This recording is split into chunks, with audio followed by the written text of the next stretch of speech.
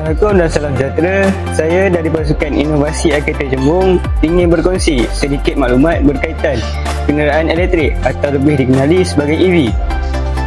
EV merupakan kenderaan yang digerakkan sepenuhnya oleh motor elektrik dan menggunakan bateri berkapasiti tinggi sebagai sumber tenaga. Tidak seperti kenderaan biasa yang menggunakan minyak petrol atau diesel. EV tidak menghasilkan asap atau pencemaran bumi, menjadikan ianya lebih mesra alam dan sesuai untuk masa depan. Kita semua perlu tahu bahawa EV adalah salah satu inovasi penting dalam industri automotif. Ia bukan sahaja menjimatkan kos bahan api, tetapi juga mengurangkan kebergantungan kepada sumber tenaga fosil. Selain itu, penggunaan EV juga membantu mengurangkan kesan rumah hijau dan perubahan iklim.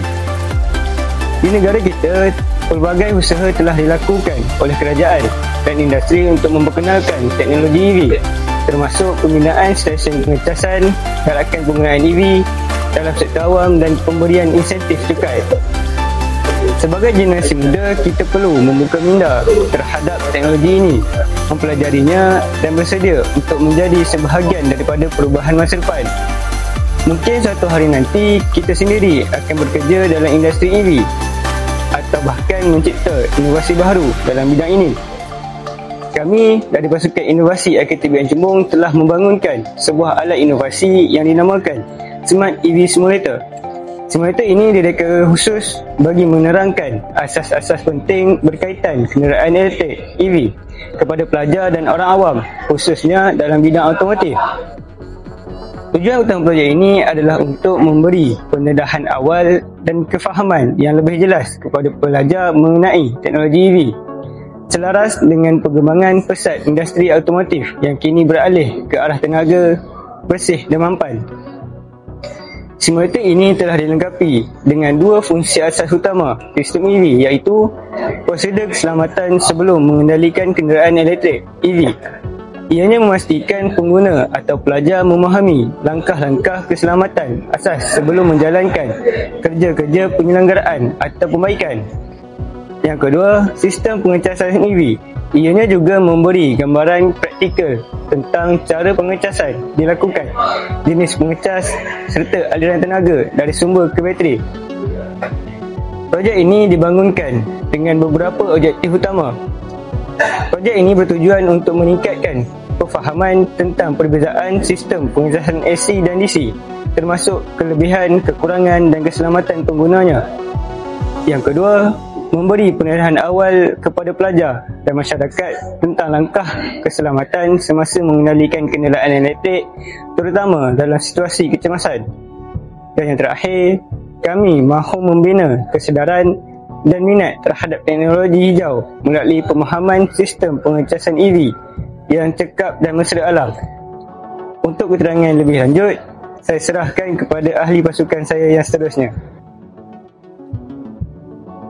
Assalamualaikum dan salam sejahtera. Sambungan dari rakan sepasukan saya. Dalam era moden yang dipacu oleh teknologi hijau, kenderaan hybrid elektrik HEV dan kenderaan elektrik EV semakin mendapat tempat di kalangan pengguna seluruh dunia, termasuk di Malaysia. Peralihan kepada teknologi ini selari dengan usaha global untuk mengurangkan pelepasan karbon dan kebergantungan terhadap bahan aktif fosil. Seiring dengan perkembangan ini, pendedahan awal tentang sistem dan keselamatan EV sangat penting dalam industri automotif, terutamanya kepada pelajar dan bakal juruteknik. Dengan memberi pengetahuan tentang struktur, komponen berkuasa tinggi serta prosedur kerja selamat, pelajar dapat memahami cara pengendalian yang betul. Seterusnya, meningkatkan kebolehpasaran mereka dalam bidang kerjaya automotif moden. Kami dari Pasukan Inovasi IKTBN Chembung ingin berkongsi tentang aspek keselamatan penting ketika mengendalikan kenderaan elektrik atau EV. Apa itu 7 langkah keselamatan dalam mengendalikan kenderaan EV? 7 langkah keselamatan dalam mengendalikan kenderaan elektrik EV merupakan satu prosedur penting yang perlu dipatuhi oleh juruteknik atau individu yang menjalankan kerja penyelenggaraan, pembaikan atau pemeriksaan terhadap kenderaan elektrik. Ini kerana EV menggunakan sistem volten tinggi yang berpotensi mengancam nyawa sekiranya tidak dikendalikan dengan betul dan mengikut prosedur keselamatan yang ditetapkan. Berikut ialah 7 langkah keselamatan tersebut. Skop pembangunan projek ini tertumpu kepada pembinaan simulator kenderaan hybrid elektrik HEV yang menampilkan sistem arus elektrik berkuasa tinggi high voltage seperti dalam kenderaan sebenar. Projek ini direka bentuk bagi memberikan pendedahan praktikal kepada pelajar dan pengguna berkaitan serta risiko pengenalan sistem voltan tinggi dalam HEV. Selain itu, simulator ini turut menyediakan akses kepada komponen keselamatan penting seperti service plug dan manual service disconnect MSD yang dipasang pada kedudukan sebenar sebagaimana dalam kenderaan HEV komersial. Di sini saya tunjukkan cara operasi projek kami.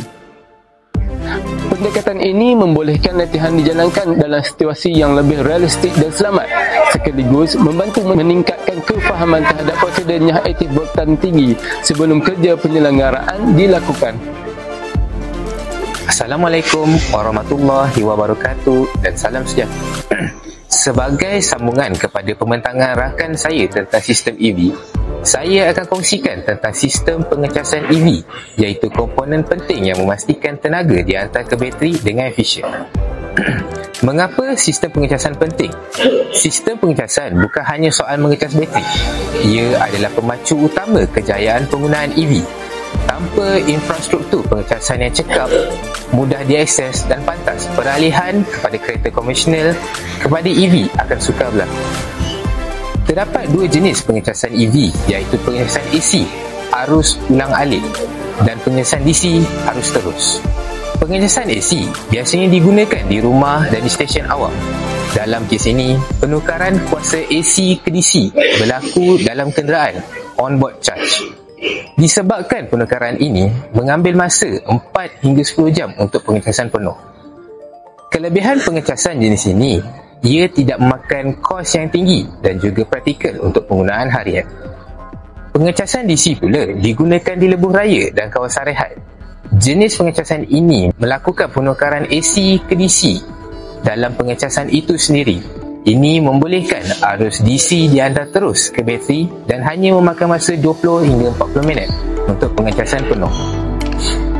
Kelebihan pengecasan ini pula, ia sesuai untuk perjalanan yang jauh kerana pengecasannya yang sangat laju. Apabila kita bercakap tentang masa depan pengecasan EV, sebenarnya tak ada satu jenis pengecasan pun yang boleh memenuhi semua keperluan. Pengecasan AC akan terus memainkan peranan penting sebagai pilihan pengecasan harian yang mudah dan menjimatkan, terutamanya di rumah dan di tempat kerja. Manakala pengecasan DC akan jadi kunci pengecasan pantas, terutamanya pengguna yang kerap melakukan perjalanan jauh atau yang memerlukan pengecasan segera. Jadi, gabungan AC dan DC adalah sangat penting untuk membina satu ekosistem pengecasan yang menyeluruh dan fleksibel, menjadikan penggunaan EV lebih praktikal dan mesra pengguna tanpa mengira lokasi dan gaya hidup.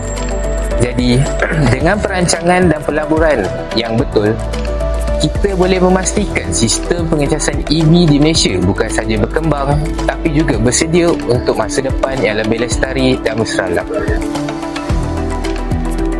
Akhir sekali, perubahan kepada teknologi hijau bukan lagi satu pilihan, tetapi satu keperluan. Kenderaan elektrik membawa harapan baru pada dunia otomotif, lebih cekap, lebih bersih dan lebih selamat. Dengan pendedahan awal dan latihan berterusan, kita mampu melahirkan generasi yang bersedia menghadapi cabaran industri masa depan. Terima kasih kerana bersama kami sehingga ke hujung video ini. Teruskan sokongan anda terhadap inovasi dan teknologi hijau. Sekian, terima kasih.